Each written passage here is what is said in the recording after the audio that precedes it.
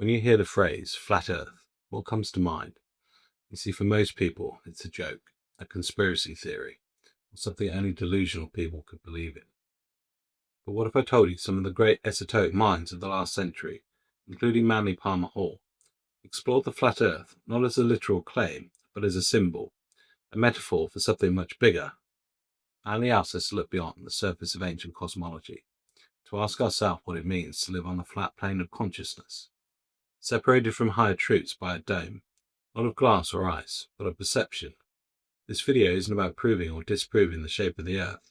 It's about understanding what ancients were really trying to say, and why people like Manly believe that their models held hidden truths for those willing to look. So if you've ever felt like modern reality is too shallow, too material, or too mechanical, this is for you. So let's see what flat earth really means.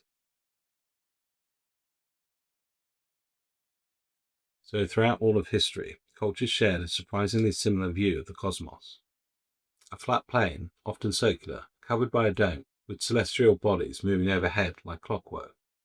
The Babylonians believed in a flat dish-shaped earth, encased in a solid sky. The Egyptians imagined a cosmic ocean above and below. The Norse pictured a flat earth surrounded by a serpent, with Yggdrasil, the world tree, linking the underworld, earth, and the heavens. To the modern mind, these models seem primitive, or even laughable, but Manly warned us against such arrogance.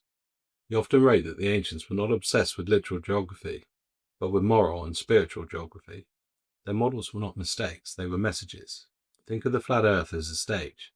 The dome above is the realm of the gods, ideals, and higher consciousness. The underworld below is the unconscious mind or the shadow. And the plane we walk on, well, that's the physical world, the limited world of appearances. In his book, The Secret Teachings of All Ages, Manly explained that ancient cosmology was a language. It was spoken in symbols. The flat earth was describing the soul's journey between ignorance and illumination. So the most iconic part of the ancient model is the dome, the firmament. In the book of Genesis, it's described as a solid expanse, separating the waters above from the waters below. Many ancient traditions saw this dome as a barrier of perception. Manly explained this dome as representing the limits of ordinary consciousness. It was the ceiling of the material mind, the invisible wall that keeps us from seeing the divine truth. The dome wasn't just overhead, it was within your mind. It was the boundary between the ego and the higher self, the known and the unknown. As for the stars and the planets moving across it, Manly saw this as symbols of influence, forces of fate, personality, destiny, that play out on the ceiling of your limited perception. Until you break through the dome, you're watching shadows on a cosmic ceiling. The goal of the initiate, the one walking the spiritual path, was to pierce that veil, to ascend beyond the dome, not by building rockets, but by expanding awareness. So when ancient texts talk about the windows of heaven opening, or the gods descending from above the firmament, they're speaking about breakthroughs in consciousness. The dome then is not a prison of glass or stone, it's the shell of the unawakened mind. So what does flatness actually represent? In esoteric teachings, the plane of Earth is described as flat, because it often feels that way. It's one-dimensional, it represents the purely material perspective, the life lived through the five senses, devoid of higher insights. Manly showed that many people live their lives trapped on this flat Earth, because they're imprisoned in a flattened version of reality, one stripped of wonder, purpose, and connection to the divine.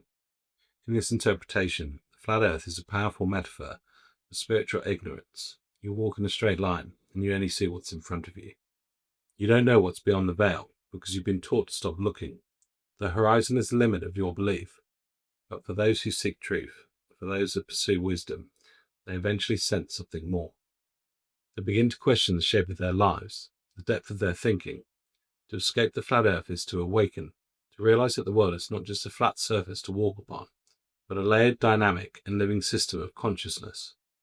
For me, Manly's real message was don't ask if the earth is flat, but ask if your view of reality is. So in Hermeticism, one of the core influences in Manly's work, it offers a cosmology not unlike the ancient flat earth model, layered, symbolic, and psychological. The axiom as above, so below means that the universe mirrors itself. Spirit reflects matter, and matter echoes back to spirit. The dome, the stars, the plane, they're all reflections of your internal structure.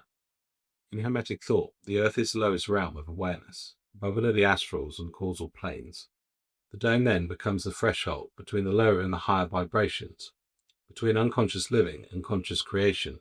Manly drew from these teachings to explain why ancient maps of the world looked the way that they did. They weren't describing land, they were describing you. Each layer was a vibrational state. The flat Earth symbolized the realm of static consciousness. It was fixed, grounded, unmoving. The dome was the boundary of frequency. Beyond it, truth, spirit, and God. This interpretation lines up with the mystery school teachings, which often described life as a dream or an illusion to be transcended. The initiate's journey was to move through the flatness of egotistical living into the curved, infinite space of spirit. So when the Hermetics talk about ascending through the spheres, or passing through the firmament, they mean awakening through the layers of self and returning to source. Flat Earth, then, is not a mistake, it's a map, a symbolic diagram of your soul's potential.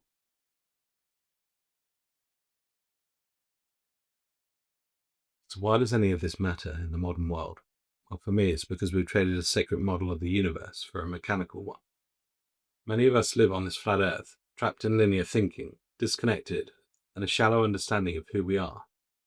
When people mock flat Earth theories today, they're usually mocking the idea of challenging the mainstream narrative. But I think the real reason is why we're so quick to ridicule ancient views. Manly truly believed that ridicule was the last defense of a failing paradigm. When we laugh at symbolic models, we're closing the door to wisdom. We assume our ancestors are foolish, and in doing so, we lose access to their insights. The real danger is not people believing that the Earth is flat, it's people believing reality is the only one that they can see and measure. By revisiting these ancient models symbolically, we open ourselves up to a deeper understanding of life. We begin to see reality not as a fixed stage, but as a layered dream, filled with clues, symbols, and gateways to a higher state of being. The real flat Earth is the mind unawakened.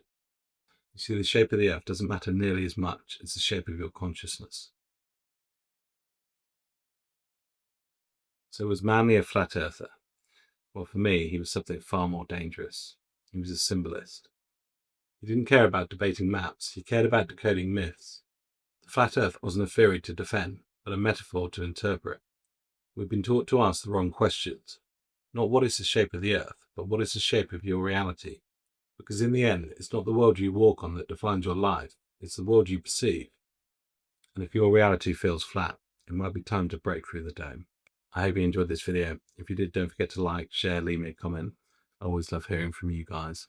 If you're new to our channel, don't forget to subscribe and join this community of like-minded people. As always, thank you so much for your engagement and support. I look forward to seeing you on the next video. Bye for now.